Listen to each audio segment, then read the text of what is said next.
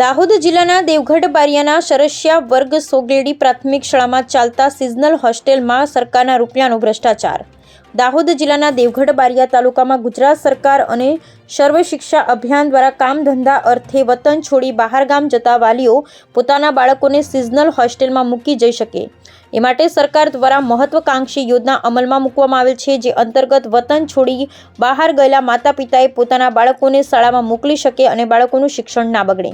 આજરોજ મંગળવારના દિવસે સરસિયા વર્ગ સિંગેડી પ્રાથમિક શાળામાં ચાલતા સિઝનલ હોસ્ટેલની મુલાકાત લેતા શાળાના 5:30 વાગે તાળા મારેલા જોવા મળ્યા હતા। દેવગઢ બારિયાની સરસિયા વર્ગ સિંગેડી પ્રાથમિક શાળા આ શાળામાં સર્વ શિક્ષા અભિયાન દ્વારા 25 બાળકોની સિઝનલ હોસ્ટેલની મંજૂરી આપવામાં આવેલ છે। આ શાળાની મુલાકાત લેતા શાળામાં બાળ મિત્રો કે બાળકો જોવા મળ્યા ન હતા।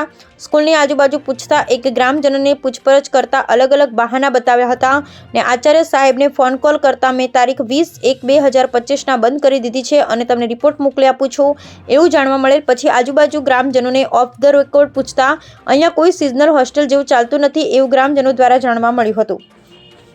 સાંજે 5 વાગે પછી કોઈ પણ બાળકો કે કોઈ પણ બાળ મિત્ર શાળામાં રોકાતા નથી જાણવા મળ્યું હતું। ખરેખર જેના માતા પિતા બહાર ગામ મજૂરીએ જાય છે એવા બાળકો ગામમાં છે જ નહીં એવું જણાવ્યું હતું। તો જે ખરેખર લાભાર્થી નથી એવા બાળકોની દરખાસ્ત કઈ રીતે તપાસ કરી મંજૂર કરતા હશે? શું આવી જ રીતે સરકારના રૂપિયાનો ગેરઉપયોગ થયો હશે? ખરેખર બધું કાગળ પર ચાલતું હશે?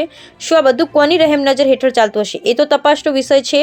આની તટસ્થ તપાસ અને કાયદેસરના પગલાં લેવામાં આવશે કે કેમ? Bureau report Chandubhai Mohaniya, Dhanpur, Dahod.